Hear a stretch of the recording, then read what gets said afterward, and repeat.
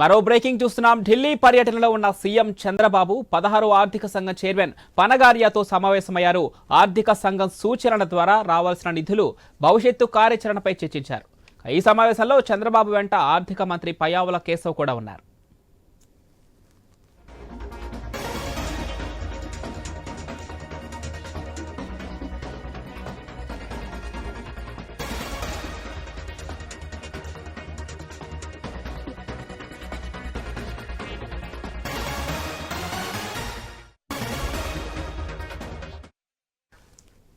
ఢిల్లీ పర్యటనలో ఉన్న సీఎం చంద్రబాబు 16వ ఆర్థిక సంఘం చైర్మన్ పనగారియాతో సమావేశమయ్యారు. ఆర్థిక సంఘం సూచనల ద్వారా రావాల్సిన నిధులు భవిష్యత్తు కార్యాచరణపై చర్చించారు.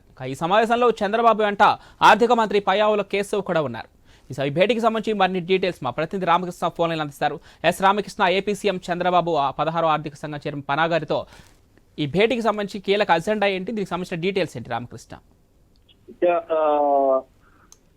తెలుగుదేశం పార్టీ అధినేత ఆంధ్రప్రదేశ్ ముఖ్యమంత్రి చంద్రబాబు నాయుడు కొద్దిసేపటి క్రితమే 16వ ఆర్థిక సంఘం చైర్మన్ అరవింద్ పనగారియాతో సమావేశమయ్యారు. మరి సమావేశం రాష్ట్రానికి సంబంధించి పలు నిధులు, అలాగే నిధులు రావాల్సిన అంశాలు, కొన్ని పెండింగ్ ఇష్యూస్ కూడా ఆయనతో చర్చించడం జరిగింది. మరి ఈ సందర్భంగా చంద్రబాబు నాయుడు మీడియాతో మాట్లాడుతూ సమ్మిళిత అభివృద్ధితోనే అభివృద్ధి సాధ్యమని, సమ్మిళిత వృద్ధితోనే అభివృద్ధి సాధ్యమని చంద్రబాబు వివరించారు. మరి అలాగే ఢిల్లీ క్యాంపెయిన్ లో కూడా ఆయన పాల్గొన్నారు.